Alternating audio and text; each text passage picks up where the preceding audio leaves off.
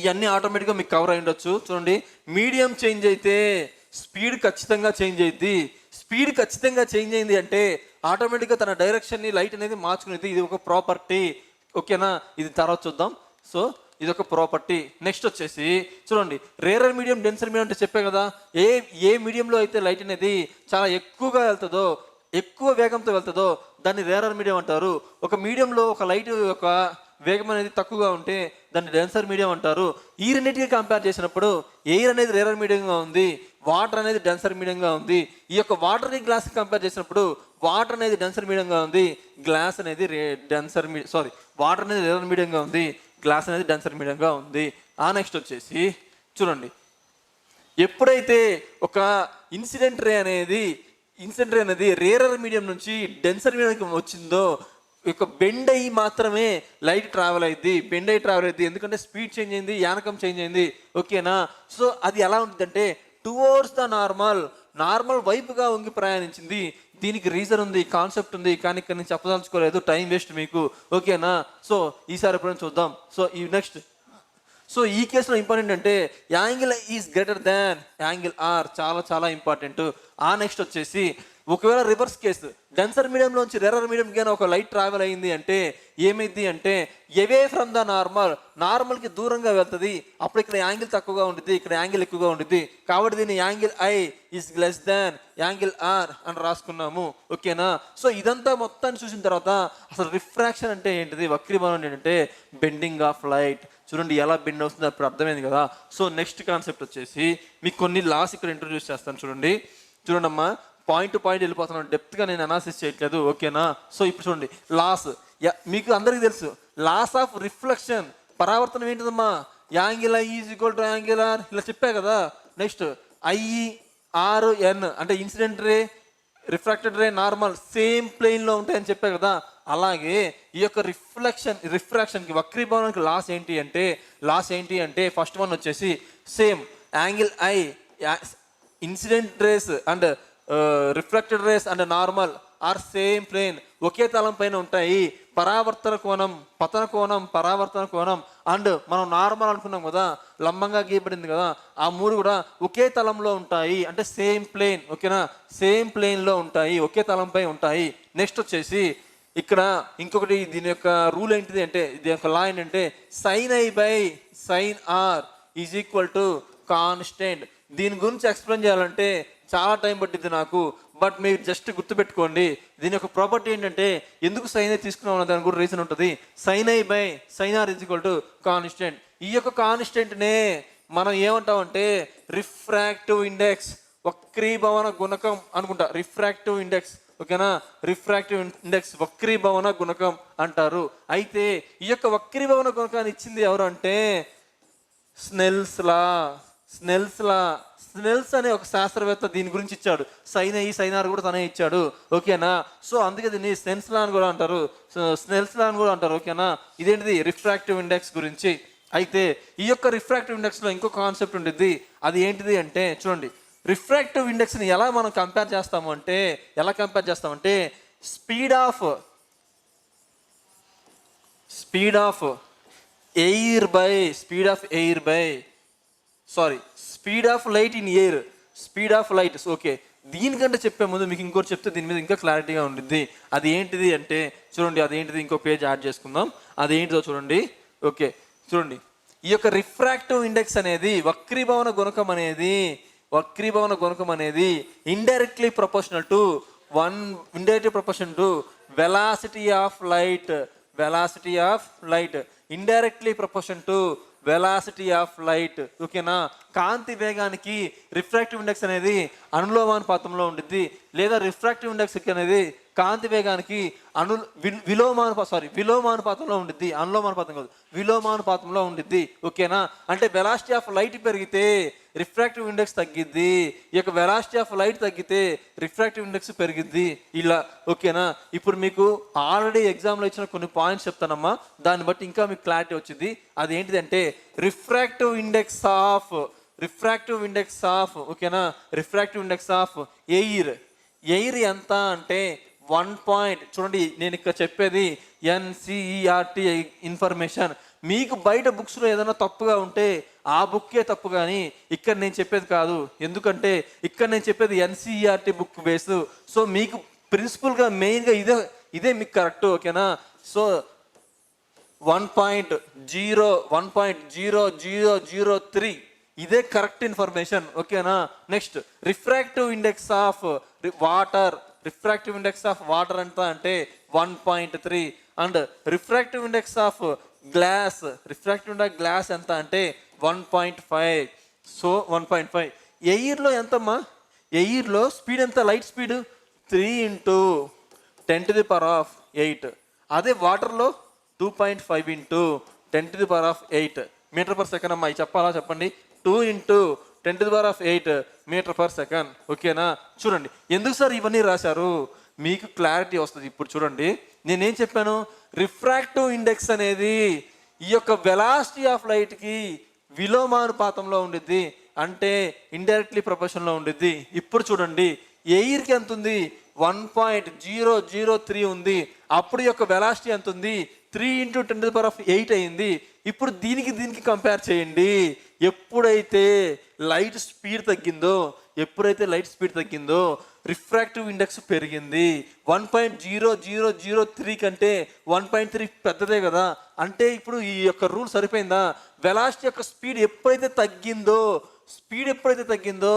ఈ యొక్క refractive index పెరిగింది. సరే దీనికి కంపేర్ చేయండి. 1.3 1.5 కంపేర్ చేయండి. ఇక్కడ చూడండి ఇక్కడ నుంచి ఇక్కడికి ఎప్పుడైతే స్పీడ్ తగ్గిందో రిఫ్రాక్టివ్ ఇండెక్స్ పెరిగింది ఆటోమేటిక్గా.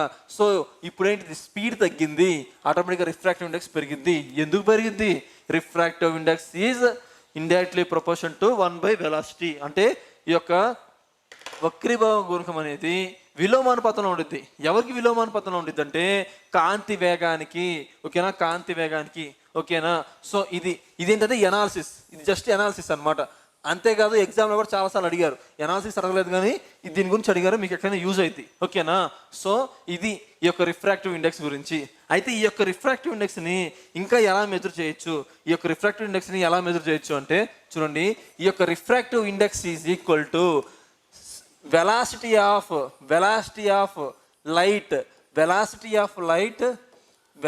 Of light in air. గాలిలో అంటే వాయువులలో కాంతి వేగము divided by velocity of light in medium.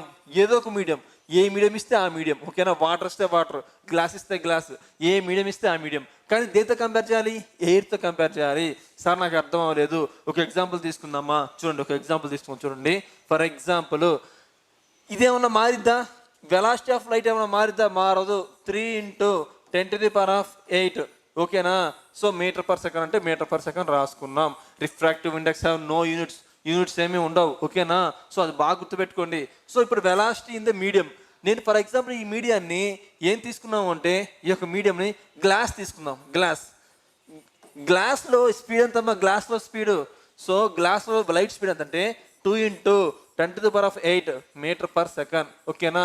ఈ మీటర్ పర్ సెకండ్ క్యాన్సిల్. అలా క్యాన్సిల్ అయితే కాబట్టే refractive index has no units అన్నారు, ఓకేనా. ఇదంతా నేను ఆల్రెడీ యూనిట్స్ అండ్ మెజర్మెంట్స్ చెప్పేటప్పుడు మేము ఆల్రెడీ చెప్పేశాను. సో ఈ 10⁸ క్యాన్సిల్. ఇంకా ఎంత మిగిలిందమ్మా? 3/2. 3/2 అంటే ఎంత? 1.5. ఈ 1.5 ఏంటో తెలుసా? రిఫ్రాక్టివ్ ఇండెక్స్ ఆఫ్ ఏం తీసుకున్నాం? గ్లాస్ తీసుకున్నాం. అంటే glass refractive index of glass ఎంత? ఈ యొక్క గాజు యొక్క వక్రీభవన గుణకం ఎంత అంటే 1.5. చూద్దామా కరెక్టో కాదో? చూడండి 1.5 కరెక్ట్గానే వచ్చిందా? సో అలా దాన్ని క్యాలిక్యులేట్ చేశారు, ఓకేనా. సో అదేంటిది అంటే ఎనాలిసిస్. మీరు గుర్తుపెట్టుకోవాల్సింది ఇది. ఒకవేళ ప్రాబ్లమ్స్ కూడా ఇవ్వచ్చు దీని మీద. ఈ మూడిట్లో ఈ 2 ఇచ్చేస్తారు, దానికి అనుకోమంటారు, లేదా ఈ 2 ఇస్తారు, దీనికి అనుకోమంటారు, లేదా ఈ 2 ఇస్తారు, దీనికి అనుకోమంటారు, ఓకేనా. సో ఓకేనా. నెక్స్ట్ ఇది అయిపోయిన తర్వాత ఈ యొక్క ఇంకొక కాన్సెప్ట్ ఉండిద్దమ్మా. అదేంటిది అంటే చూడండి నేను ఇక్కడ పాయింట్ టు పాయింట్ వెళ్ళిపోతున్నాను, కొంచెం తక్కువ ఎనాలిసిస్ చేసి చెప్పేస్తున్నాను. సో కంప్లీట్గా ఇక్కడ మీరు ఎక్స్పెక్ట్ చేయకండి, ఓకేనా. ఇప్పుడు ఏంటంటే రిలేటివ్ రిఫ్రాక్టివ్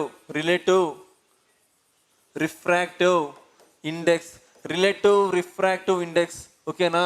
సార్ ఇదేంటి సార్? ఇది ఇప్పుడు నేను ఎక్స్ప్లెయిన్ చేయను కానీ మీకు బిట్ మిస్ అవ్వకుండా చెప్తానని చెప్పాను కదా, దానికోసమే ఇది చెప్తున్నాను అనమాట. చూడండి, మీరు ఇలా గుర్తుపెట్టుకోండి. రిఫ్రాక్టివ్ ఇండెక్స్ జనరల్గా ఎన్తో చూపిస్తారమ్మా, ఎన్తో. ఓకేనా, ఎన్తో. ఎన్ ఇంకా దేనితో చూపించచ్చేమో, కానీ ఎన్సీఆర్టీ ఇన్ఫర్మేషన్ మాత్రం ఎన్. ఓకేనా, ఎన్. ఓకేనా. సో ఈ యొక్క N12 ఈజ్ ఈక్వల్ టు, ఇదేంటో నేను ఎక్స్ప్లెయిన్ చేస్తాను, జస్ట్ వినండి. N12 ఈజ్ ఈక్వల్ టు, ఓకేనా, N1/2 is equal to V2/V1. Next వచ్చేసి N21 is equal to N2/N1 is equal to V1/V2. చూడండి అమ్మా, దీని మీద నెంబర్ ఆఫ్ టైమ్స్ క్వశ్చన్స్ ఆర్ఆర్బీలో అడిగారు, ఏఎల్పిలో, జేఈలో అండ్ ఎన్టీపీసీలో, ఆర్ఆర్బీలో, ఇప్పుడు ఎన్టీపీ స్టేజ్లో కూడా అడుగుతారు, మళ్ళీ గ్రూప్ డీలో కూడా అడుగుతారు. ఓకేనా, ఎస్ఐ కానిస్టేబుల్లో ఖచ్చితంగా ఈసారి దీని మీద క్వశ్చన్ వచ్చింది. చూడండి, ఇది ఏంటిది, ఏమి లేదు, చాలా సింపులే. చూడండి, ఈ 4 3 ఇచ్చేస్తారు, ఒకటి కనుక్కోమంటారు. ఈ 4 3 ఇచ్చేస్తారు, ఒకటి కనుక్కోమంటారు. ఓకేనా. N12 అంటే ఏంటంటే రిఫ్రాక్టివ్ ఇండెక్స్ ఆఫ్, దీని మీనింగ్ ఏంటి చెప్తున్నాను, refractive index of first medium, refractive index of first medium with respect to the second medium. ఓకేనా, refractive index of first medium with respect to the second medium. అలా ఇచ్చినప్పుడు దీన్ని N1/N2గా రాసుకోవాలి. ఎందుకంటే ఫస్టే ఉంది కాబట్టి ఫస్ట్ పైన రాసుకున్నాం, సెకండ్ ఉంది కాబట్టి సెకండ్ కింద రాసుకున్నాం. ఇదేంటిది అంటే refractive index of first medium with respect to the refractive index of second medium అర్థం ఇదే సేమ్. ఇది ఇచ్చినప్పుడు ఎలా ఉంటుంది అంటే వెలాసిటీ ఆఫ్ ఈ యొక్క రిఫ్రాక్టివ్ ఇండెక్స్ దేనికి ఈక్వల్గా ఉంటాయి అంటే వెలాసిటీ ఆఫ్ సెకండ్ మీడియం అంటే సెకండ్ మీడియం రెండవ యానకంలో ఇచ్చిన వేగము బై మొదటి యానకంలో ఉన్న వేగం అంటే V2/V1. ఇది reverse. Refractive index of second medium with respect to the first medium ఏంటి అంటే N2/N1 అంటే refractive index of second medium by refractive first medium. ఇది ఎలా ఉంటుంది అంటే velocity of light in first medium by velocity of light in second medium. మొదటి యానకంలో కాంతి వేగము by రెండవ యానకంలో కాంతి వేగం. మీకు ఇది అర్థమైపోయినా దీన్ని గుర్తుపెట్టి, సో మీకు ఇది అర్థమైపోయినా పర్లేదు, దీని కాన్సెప్ట్ ఇంకా సపరేట్గా ఉంది, దాన్ని ఇక్కడ ఎక్స్ప్లెయిన్ చేయాలంటే నాకు చాలా టైం పట్టింది. ఓకేనా. సో ఇక్కడ ఏంటిది, ఇలా గుర్తుపెట్టుకోండి సింపుల్గా, N1/N2 is equal to V2/V1, N2/N1 is equal to V1/V2. దీని ఒక ఎక్స్ప్లెనేషన్ నేను ఆల్రెడీ చెప్పాను కదా, సో మీకు అర్థమయ్యే ఉండిద్ది అనుకుంటాను. సో ఇది కాన్సెప్ట్ ఏంటిది, రిఫ్రాక్షన్, వక్రీభవనం అనేది బేసిక్ కాన్సెప్ట్. కనీసం ఇదన్నా నేర్చుకుని ఉండాలి మీరు, బిట్ మిస్ అవ్వకుండా ఉండాలంటే. ఓకేనా. ఇంకా చూడండి, నెక్స్ట్ లెన్స్లోకి వెళ్ళిపోదాం. చూడండి లెన్స్. చూడండి, నేను లెన్స్ చెప్పేటప్పుడు మీకు చెప్దాం అనుకుంటున్నాను, మీకు లెన్స్ చెప్పేటప్పుడు మీకు చెప్పాలి. అది ఏంటిది అంటే చూడండి, ఈ లెన్స్ చెప్పడం అనేది అంత ఈజీ కాదు, మిర్రర్స్ చెప్పడం కూడా కష్టమే. కానీ ఏమైంది అంటే మీరు కొత్తగా నేర్చుకుంటున్నారు కాబట్టి ఇది ఒక ఇంటెన్షన్తో వింటారు, ఏంటిది నేర్చుకుందామని ఇంటెన్షన్తో వింటారు. ఈ లెన్స్ అనేది ఎలా ఉండిద్ది అంటే కొంచెం దానికి రివర్స్లో ఉండిద్ది, కొంచెం దాన్ని కంపేర్ చేయాల్సి వచ్చింది. ఒక్కసారి దాన్ని రివర్స్లో చెప్పాల్సి వచ్చింది, ఒక్కసారి దాన్ని కంపేర్ చేయాల్సి వచ్చింది. నేను ఇక్కడ ఏం చెప్తాచుకున్నానంటే కాన్సన్ట్రేషన్గా నిదానంగా వినండి. అండ్ ఇంకొకటి ఏంటి అంటే ఫస్ట్ మీకు గుర్తుంటే ఫస్ట్ వీడియోలో మనం ఈ యొక్క మిర్రర్స్ గురించి చెప్పేటప్పుడు అసలు ఆ మిర్రర్స్ ఎలా వచ్చినాయి, ఎలా ఫామ్ అయ్యో చెప్పాను. ఆ తర్వాత కొన్ని టర్మ్స్ ఎక్స్ప్లెయిన్ చేశాను, కొన్ని టర్మ్స్ మీకు ఎక్స్ప్లెయిన్ చేశాను ఏమేమి టర్మ్స్ ఉంటాయని. ఆ తర్వాత వచ్చేసి రూల్ 1, రూల్ 2, రూల్ 3 అని 3 రూల్స్ చెప్పాను. దేనికి, కాన్కేవ్ మిర్రర్ పుటాకార దర్పణానికి. ఆ తర్వాత వచ్చేసి మళ్ళీ కాన్కేవ్ మిర్రర్, కాన్వెక్స్ మిర్రర్ అంటే కుంభాకార దర్పణం. ఇక కుంభాకార దర్పణం మళ్ళీ 3 రూల్స్ చెప్పాను. ఫస్ట్ 3 రూల్స్ చెప్పాను, తర్వాత 3 రూల్స్ చెప్పాను. ఈ 3 రూల్స్ చెప్పిన తర్వాత రే డయాగ్రామ్ ఎలా మీరు ఫామ్ చేయాలి, రే డయాగ్రామ్ ఎలా వేస్తే మీకు ఆన్సర్స్ కరెక్ట్గా వస్తాయని 6 రూల్స్ చెప్పాను. 6 చెప్పాను. ఈ 6 చెప్పిన తర్వాత మళ్ళీ ఇంకో 2 చెప్పాను. ఏంటివి, కాన్వెక్స్ మిర్రర్కి ఎలా మొత్తం మళ్ళీ ఇంకో 2 చెప్పాను. అవునా. ఈ మొత్తం 2 చెప్పిన తర్వాత మీకు అన్నీ ఏం చేశాను, చివరిలో 5 మినిట్స్లో షార్ట్కట్లో చెప్పేస్తాను ఒక ప్రాసెస్ చెప్పాను. ఇలా చెప్పుకుంటూ వచ్చా కదా. ఆ కాన్సెప్ట్ ఇక్కడ చెప్పడానికి అవ్వదు. ఎందుకు అవ్వదు అంటే చాలా చాలా చాలా కన్ఫ్యూజ్ అవుతారు. అదే ఆఫ్లైన్ అయితే మీ ఎక్స్ప్రెషన్ బట్టి నేను మార్చగలుగుతాను. మీ ఎక్స్ప్రెషన్ బట్టి నేను ఇక్కడ ఎగ్జాంపుల్ మార్చడం కానీ, కాన్సెప్ట్ మార్చడం కానీ, ఇంకొక తీరు చెప్పడం కానీ చేస్తాను. ఇక్కడ నేనేం చెప్పదలుచుకున్నానంటే ఈ వీడియో చూసేవాళ్ళు ఖచ్చితంగా ఫస్ట్ వీడియో, సెకండ్ వీడియో చూస్తేనే దీన్ని చూడండి, లేకపోతే చూడొద్దు. అండ్ ఇంకోటి ఏంటంటే already first video, second video చూసిన వాళ్ళు కూడా ఒక్కసారి మీరు ఏమైనా నోట్స్ ప్రిపేర్ చేసుకుంటే దాన్ని రివైజ్ చేసిన తర్వాత మాత్రమే ఈ యొక్క లెన్స్ అనే కాన్సెప్ట్ని చూడండి. నేను చిన్నగా మీకు చిన్నగా తీసుకెళ్తాను చూడండి, ఓకేనా. షార్ట్ కట్ ప్రాసెస్లో చెప్పేస్తాను ఇది మాత్రం, ఓకేనా. బిట్ మిస్ అవ్వకుండా షార్ట్ కట్ ప్రాసెస్లో చెప్పేస్తాను చూడండి. లెన్స్ అంటే ఏంటి? కటకాలు. లెన్స్ అంటే ఏంటి? కటకాలు, ఓకేనా. లెన్స్ అంటే కటకాలు కదా. సో ఇక్కడ 2 types ఆఫ్ లెన్స్ ఉంటాయి. స్పెరికల్ మిర్రర్స్ చెప్పారు కదా, అలాగే two types of spherical lens ఉంటాయి, ఓకేనా. స్పెరికల్ లెన్స్ అందులో ఒకటి ఏంటిది మీ అందరికీ తెలుసు, అదేంటిది. ఇంకొకటి నేను ఇక్కడ ఇంట్రొడ్యూస్ చేయాల్సింది ఏంటిది అంటే మిర్రర్స్. దర్పణాలు చదివేటప్పుడు ఎప్పుడైనా సరే గుర్తుపెట్టుకోండి, ఎప్పుడైనా మీరు చదివేటప్పుడైనా సరే గుర్తుపెట్టుకోండి, చాలా ఇంపార్టెంట్. ఏంటంటే దర్పణాలు చదివేటప్పుడు ఫస్ట్ పుటాకార దర్పణం మాత్రమే చదవాలి, ఆ తర్వాత కుంభాకార దర్పణం మాత్రమే చదవాలి. కటకాల గురించి చదివేటప్పుడు మాత్రం ఫస్ట్ కాన్వెక్స్ లెన్స్, ఫస్ట్ కుంభాకార కటకాల గురించి చదవాలి, ఆ తర్వాత మాత్రమే పుటాకార కటకాల గురించి చదవాలి, ఓకేనా. ఎందుకు అంటే చెప్తాను చూడండి. ఫస్ట్ దీన్ని ఇంట్రొడ్యూస్ చేయనివ్వండి. చూడండి ఏంటిది? కాన్వెక్స్ లెన్స్ కుంభాకార కటకాలు, ఓకేనా. కుంభాకార కటకాలు, అందుకే బోత్ మీడియం చెప్పలేము, దర్పణాలు ఇలా వస్తూ ఉంటుంది అనమాట, ఓకేనా. సో ఫస్ట్ చూడండి, మీరు అబ్జర్వ్ చేయండి, ఓకేనా. అబ్జర్వ్ చేయండి, ఫస్ట్ కాన్సెప్ట్ అబ్జర్వ్ చేయండి. వర్డ్స్ ఏముంది తర్వాత మీరు నేర్చుకోవచ్చు, ఓకేనా. కాన్వెక్స్ లెన్స్, ఓకేనా. ఈ యొక్క కాన్వెక్స్ లెన్స్ నెక్స్ట్ వచ్చేసి మీరు చదువుకోవాల్సింది ఏంటంటే కాన్కేవ్ లెన్స్, ఓకేనా. Concave lens. ఇంకొకటి నేను మీకు ఇక్కడ ఇంట్రొడ్యూస్ చేస్తున్నాను, అదేంటిది అంటే చూడండి, ఈ యొక్క కాన్వెక్స్ లెన్స్ అనేది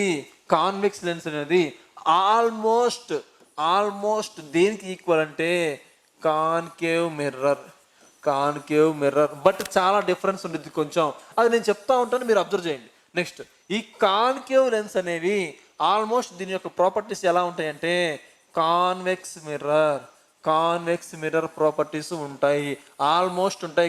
కొన్ని చేంజెస్ ఉంటాయి, అవి నేను చెప్తాను. సో ఇక్కడ నుంచి నిదానంగా చెప్దాం అనుకుంటున్నాను. వీడియో లెంత్ అయిపోయిందిగా నేను చూడంటే చూడమాకండి, మీ ఇష్టం, ఓకేనా. సో కాన్వెక్స్ లెన్స్, ఇదేంటిది? Convex lens. ఈ యొక్క కాన్వెక్స్ లెన్స్ అనేవి ఫస్ట్ కాన్వెక్సే నేర్చుకోవాలి, ఆ తర్వాత కాన్కేవ్కి వెళ్ళాలి. దర్పణాల్లో అలా కాదు, ఫస్ట్ కాన్కేవ్ నేర్చుకోవాలి, పుటాకారం నేర్చుకోవాలి, తర్వాత కుంభాకారం నేర్చుకోవాలి. ఇక్కడ చూడండి, కాన్వెక్స్ లెన్స్ అనేవి వీటి యొక్క properties almost equal to concave mirror. వీటి యొక్క properties almost equal to convex mirror, ఓకేనా. ఇక్కడ వరకు అర్థమైందా? సో ఇది అర్థమైన తర్వాత చూడండి, ఈ యొక్క కాన్వెక్స్ లెన్స్ ఎలా ఉంటుంది అంటే ఇలా ఉంటుంది. ఈ యొక్క కాన్వెక్స్ లెన్స్ అనేది ఇలా ఉంటుంది. ఈ యొక్క కాన్కేవ్ లెన్స్ ఎలా ఉంటాయంటే చూడండి, ఈ యొక్క కాన్కేవ్ లెన్స్ ఎలా ఉంటాయి అంటే ఇట్లా ఉంటాయి, ఓకేనా. ఇలా ఉంటాయి, ఓకేనా. ఈ యొక్క కాన్కేవ్ లెన్స్ అనేవి ఇలా ఉంటాయి. ఇవేంటిది? కర్వ్డ్ అవుట్వర్డ్స్, బోత్ సైడ్స్, రెండు వైపులా కర్వ్డ్ అవుట్వర్డ్స్, ఓకేనా. బయట వైపుకి వంచబడినట్టుగా ఉంటాయి, ఓకేనా. ఇవేంటిది? లోపల వైపుకి కర్వ్డ్ అంటే ఇన్వర్డ్స్, బోత్ సైడ్స్ అనమాట, బోత్ సైడ్స్ ఇలా ఉంటాయి అనమాట, ఓకేనా. సో ఇదేంటిది? Convex lens. ఇదేంటిది? కాన్కేవ్ లెన్స్, ఓకేనా. ఆ తర్వాత వచ్చేసి దీని గురించి మీకు ఇంకా ఏం చెప్పాలి అంటే ఇంట్రొడక్షన్ ఏం చెప్పాలి అంటే చూద్దాం. ఈ యొక్క కాన్కేవ్ లెన్స్ అనేది చూడండి, ఈ యొక్క కాన్కేవ్ లెన్స్ ఇది అర్థమైంది కదా. ఇది ఏంటిది? ఇలా ఉంటే కాన్వెక్స్ లెన్స్. ఇదేంటిది? కాన్కేవ్ లెన్స్, ఓకేనా. సో దీని గురించి కంపేర్ చేద్దాం. స్టూడెంట్, మీరు రైల్వే ఉద్యోగం కోసం ప్రిపేర్ అవుతున్నారా? గ్రూప్ డి, ఎన్టీపీసీ, ఏఎల్పి టెక్నీషియన్లలో ప్రిపరేషన్ చేసేటప్పుడు రీజనింగ్, అర్థమెటిక్, జనరల్ స్టడీస్లో డౌట్స్ ఉంటే కనుక మీకు క్రింది ఇచ్చినటువంటి టెలిగ్రామ్ గ్రూపులో కానీ వాట్సాప్ గ్రూపులో కానీ జాయిన్ అవ్వండి. ఫ్రెండ్స్, మా ఎంకరేజ్మెంట్ కోసం మన హర్షిత్ ఇన్స్టిట్యూట్ యూట్యూబ్ ఛానల్ని సబ్స్క్రైబ్ చేసుకోండి, లైక్ చేయండి, అలానే షేర్ చేయండి.